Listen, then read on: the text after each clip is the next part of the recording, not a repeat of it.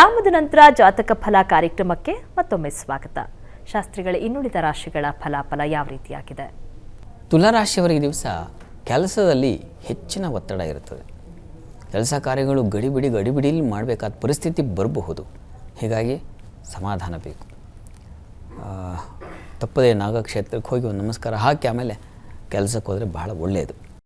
ಇನ್ನು ಲಾಭ ಇದೆ, ಚೆನ್ನಾಗಿದೆ, ಅನುಕೂಲಕರವಾಗಿದೆ. ಈ ದಿವಸ ವಿದೇಶ ವಹಿವಾಟು ಅಥವಾ ನೀವೇನು ವ್ಯಾಪಾರ ಮಾಡ್ತಾಯಿದ್ದೀರಿ ಅದಕ್ಕೆಲ್ಲ ಉತ್ತಮವಾದ ಫಲ ಇದೆ, ಅದರ ಸಂಶಯ ಬೇಡ. ಪ್ರಾರ್ಥನೆ ಈ ದಿವಸ ನಾಗ ಪ್ರಾರ್ಥನೆಯನ್ನೇ ಮಾಡಿ. ಇನ್ನು ವೃಶ್ಚಿಕ ರಾಶಿಯವರಿಗೆ ದಿವಸ ಕೆಲಸದಲ್ಲಿ ಗಡಿಬಿಡಿ, ಕಿರಿಕಿರಿ, ವಿಘ್ನಗಳು, ತೊಡಕುಗಳು ಇವುಗಳನ್ನು ಸೂಚಿಸ್ತಾ ಇದೆ. ಇನ್ನು ಈ ದಿವಸ ಬಂಧುಗಳ ಸಹಕಾರ ಚೆನ್ನಾಗಿರ್ತದೆ. ನಿಮಗೆ ವಿಶೇಷವಾಗಿ ತಾಯಿಯ ಬಂಧುಗಳಿಂದ ಲಾಭ ವಿಶೇಷವಾಗಿದೆ. ಹಾಲು, ಹೈನು, ಹೂವು, ಹಣ್ಣು ಇಂಥ ವ್ಯಾಪಾರಗಳಿಗೆ ತುಂಬ ಚೆನ್ನಾಗಿದೆ, ಲಾಭದಾಯಕವಾಗಿದೆ. ಪ್ರಾರ್ಥನೆಗೆ ಈ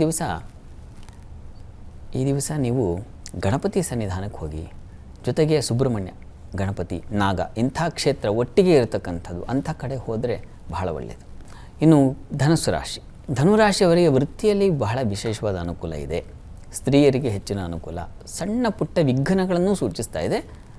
ಗಣಪತಿ ಸನ್ನಿಧಾನಕ್ಕೆ ಹೋಗಿಬಿಟ್ಟು ಗರಿಕೆ ಸಮರ್ಪಣೆ ಮಾಡಿ ಆಮೇಲೆ ಹೋದರೆ ಬಹಳ ಒಳ್ಳೆಯದು. ಇನ್ನು ಈ ದಿವಸ ಸ್ವಲ್ಪ ಮಟ್ಟಿಗೆ ಆಲಸ್ಯ ಇದೆ. ನಿಮಗೆ ತುಂಬ ಆಲಸ್ಯದಿಂದ ಕೆಲಸಗಳು ಯಾವುದೂ ಆಗಲ್ಲ. ಪ್ರಾರಂಭದ ಪೂಜೆಗಳೇ ಆಗೋದಿಲ್ಲ. ಬೆಳಿಗ್ಗೆ ಎದ್ದು ನಮಸ್ಕಾರ ಹಾಕಪ್ಪ ದೇವರಿಗೆ, ನಾಗರ ಪೂಜೆ, ಇದು ನಾಗರ ಪಂಚಮಿ ಆಗಲ್ಲ, ಆ ಥರ ಆಗಿಬಿಡುತ್ತೆ. ಈ ದಿವಸ ತಪ್ಪದೆ ಮನಸ್ಸಿನಲ್ಲೇ ಎದ್ದೇಳುವಾಗಲೇ ಆ ನಾಗ ಪ್ರಾರ್ಥನೆ ಮಾಡ್ಕೊಳ್ಳಿ. ಅದು ಸರ್ಪ ಬಹಳ ವೇಗ, ಹೀಗಾಗಿ ನಮ್ಮ ಮನಸ್ಸು ವೇಗವಾಗಬೇಕು ಅಂದರೆ ನಾಗ ಪ್ರಾರ್ಥನೆ ಮಾಡಬೇಕು. ಇನ್ನು ಮಕರ ರಾಶಿಯವರಿಗೆ ಈ ದಿವಸ ಮನಸ್ಸು ಸ್ವಲ್ಪ ಪ್ರಸನ್ನವಾಗಿರುತ್ತೆ. ಶುಭ ಕಾರ್ಯಗಳಲ್ಲಿ, ಪೂಜೆ ಪುನಸ್ಕಾರಗಳಲ್ಲಿ ಭಾಗಿಯಾಗ್ತೀರಾ. ತಂದೆ ಮಕ್ಕಳಲ್ಲಿ ಒಂದು ಸಾಮರಸ್ಯ ಇರುತ್ತೆ. ವ್ಯಾಪಾರಿಗಳಿಗೆ ಅನುಕೂಲ ಇದೆ, ಸಂಗಾತಿಯ ಸಹಕಾರ ಇದೆ, ಚೆನ್ನಾಗಿದೆ. ಇವರೇ ಪ್ರಾರ್ಥನೆಗೆ ದಿವಸ ನಾಗ ಪ್ರಾರ್ಥನೆ, ಇಷ್ಟ ದೇವತಾರಾಧನೆ ಮಾಡಿ. ಕುಂಭರಾಶಿಯವರಿಗೆ ದಿವಸ ನೋಡಿ, ನಿಮ್ಮ ರಾಶಿಯಿಂದ ಸಪ್ತಮದಲ್ಲಿ ಮಾಂದ್ಯ ಉದಯ ಆದರೆ ವ್ಯವಹಾರಗಳಲ್ಲಿ ತೊಡಕನ್ನು ಸೂಚಿಸುತ್ತೆ. ವಿದೇಶ ಪ್ರಯಾಣ ಇದ್ದರೆ ಅಲ್ಲಿ ಏನೋ ತೊಡಕುಗಳನ್ನು ಸೂಚಿಸುವಂಥ ಸಾಧ್ಯತೆ ಇದೆ. ಇನ್ನು ವೃತ್ತಿಯಲ್ಲಿ ಅನುಕೂಲ ಇದೆ, ಆತಂಕ ಬೇಡ. ಇನ್ನು ಸ್ವಲ್ಪ ಮಟ್ಟಿಗೆ ದಾಂಪತ್ಯ, ಪ್ರೀತಿ, ಪ್ರೇಮ ಇಂಥ ವಿಚಾರಗಳಲ್ಲಿ ಸಂಕಟ, ಮನಸ್ತಾಪ ಬರುತ್ತೆ.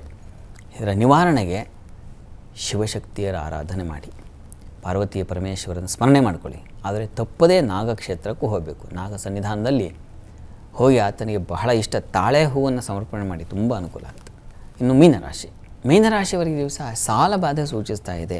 ದೇಹಕ್ಕೆ ಪೆಟ್ಟು ಬೀಳುತ್ತೆ, ಹುಷಾರಾಗಿ ಓಡಾಡಿ. ಇನ್ನು ಈ ದಿವಸ ವೃತ್ತಿಯಲ್ಲಿ ಅನುಕೂಲ ಇದೆ, ಆತಂಕ ಬೇಡ, ಸ್ವಲ್ಪ ಮಟ್ಟಿಗೆ ಅನುಕೂಲ ಆಗುತ್ತೆ. ವ್ಯಾಪಾರಿಗಳಿಗೆ ಚೆನ್ನಾಗಿದೆ, ಹೆಚ್ಚಿನ ತೊಡಕು ಏನು ಅಂತ ಕಾಣ್ತಾ ಇಲ್ಲ, ಯೋಚನೆ ಮಾಡಬೇಡಿ.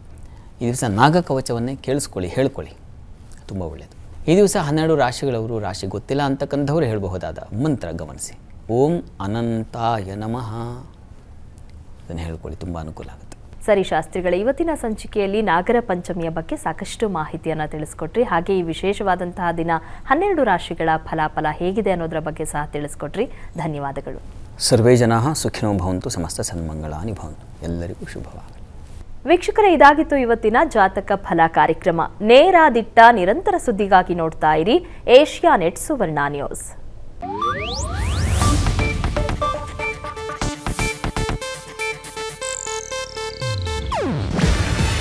ಇದು ಏಷ್ಯಾನೆಟ್ ನ್ಯೂಸ್ ನೆಟ್ವರ್ಕ್ ಪ್ರಸ್ತುತಿ.